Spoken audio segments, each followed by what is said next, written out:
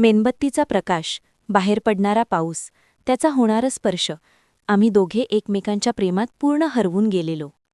नमस्कार, माझं नाव रिया आहे. मी पुण्यामध्ये राहते. आज ऑफिसच्या मीटिंगसाठी मुंबईला आले होते. मीटिंग उरकून निघायला उशीर झाला होता. आज अमावस्या होती आणि एवढ्या रात्रीचा प्रवास करू नको बोलाली. पण मला या गोष्टीवर विश्वास नव्हता. मी आईचं न ऐकता गाडी घेऊन पुण्याच्या दिशेने निघाले. लवकर पोहोचण्यासाठी मी शॉर्टकट रोडने निघाले. तो रोड जंगलामधून जात होता. रात्रीची वेळ होती. तुफान पाऊस चालू होता. त्यामुळे समोरचे काही दिसत नव्हते. सगळीकडे पूर्ण अंधार पसरला होता. गाडीची हेडलाईटच्या प्रकाशामध्ये माझी गाडी हळूहळू पुढे चालली होती. जोरात होणारा पाऊस आणि सगळीकडे पसरलेला अंधार, त्यात मी वाट काढत पुढे चालली होती. काही वेळाने गाडी अचानक बंद पडली. खूप प्रयत्न करून देखील ती चालू झाली नाही. सुनसान रस्त्यात जंगलामध्ये मी एकटीच होते. फोनला नेटवर्क नव्हता. रस्त्याला गाडी नव्हती. मदतीसाठी बोलवायचं तरी कोणाला आणि कसं, या विचाराने डोकं बंद बदलं होतं. हिम्मत करून मी गाडीमधून खाली उतरले आणि कोणी मदतीला भेटतं का पाहू लागले. अचानक आलेल्या पावसामुळे माझ्याकडे छत्री नव्हती. मी पावसात भिजत आसपास मदतीसाठी शोधू लागले. तेवढ्यात मला रस्त्याच्या शेजारी एक घर दिसलं. ते पाहून मी त्या घराजवळ गेले.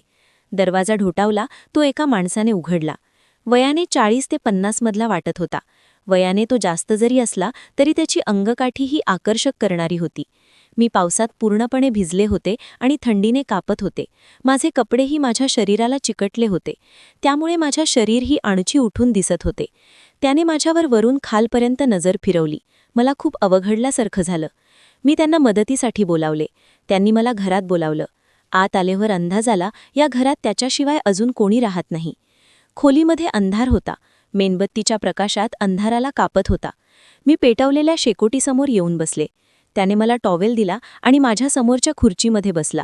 मी टॉवेलने माझे अंग पुसत होते आणि तो एकटक माझ्या शरीराकडे पाहत होता हे मला जाणवलं.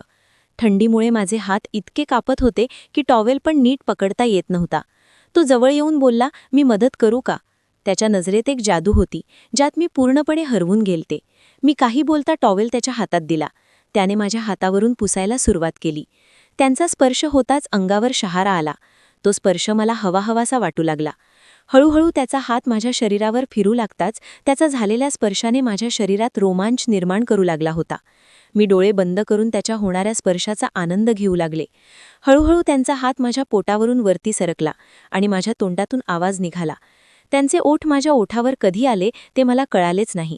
हळूहळू त्याने माझे कपडे माझ्या शरीरापासून वेगळे केले आणि त्याचे कपडे पण काढून टाकले आणि आम्ही एकमेकांच्या प्रेमात पूर्णपणे बुडून गेलो. नंतर थकून आम्ही दोघे झोपून गेलो. दुसऱ्या दिवशी डोळे उघडले तेव्हा समोरचं दृश्य पाहून माझी झोप उडाली. मी झोपले होते ती खोली पाहून असं वाटत होतं खूप वर्षापासून इथे कोणी राहत नसेल. पूर्ण खोली ही धूळ आणि जाळ्याने भरली होती. मी कसंबसं स्वतःला सावरलं आणि त्या माणसाला शोधू लागले, पण तो मला कुठेच भेटला नाही. पूर्ण घर हे धुलीने जाळीने भरलं होतं. दरवाजा हा अर्धा तुटून पडला होता. मी विचार केला, हे कसं शक्य आहे? रात्री मी आले तेव्हा तर हा ठीक होता. मला काही कळत नव्हतं. मी तशीच गाडीकडे गेले. गाडी सुरू केली आणि निघाले. पुढे मला वस्ती दिसली. झाला तो प्रकार जाणून घेण्यासाठी मी तिथे राहणाऱ्या लोकांकडून त्या घराविषयी चौकशी केली. तेव्हा एका वृद्ध बाबाने सांगितलं, अगं पोरी, ते घर शापित आहे. तिथे अमितची आत्मा भटकत असते. हा अमित कोण? मी विचारलं असता बाबा बोलाले, अमित नावाचा माणूस तिथे राहत होता. तो खूप विकृत मनस्थितीचा होता. त्याचं लग्न झालं नव्हतं. तो बायकांना खूप वाईट नजरेने बघायचा. एक दिवस त्याने एका मुलीची चेड काढली. संतापाने गावकऱ्याने त्याला मारहाण केली. त्याच त्याचा जीव गेला. तेव्हापासून त्याची आत्मा प्रत्येक अमावस्येला भटकते. जे पण मुलगी त्यांना भेटते तो त्याला वशामध्ये करून त्याची अपूर्ण इच्छा पूर्ण करतो. त्यामुळे इथे कोणी मुली अमावस्येला घराबाहेर पडत नाही. हे सगळं ऐकून माझ्या पायाखालची जमीन सरकली होती. मी गाडी घेऊन पुण्याला निघाले. डोक्यात अमितची गोष्ट आणि आईने सांगितलेले अमावस्येचे शब्द फिरत होते. कसं तरी करून मी घरी आले. पण माझ्यासोबत जे पण झालं ते एक वाईट स्वप्नापेक्षा खराब होतं.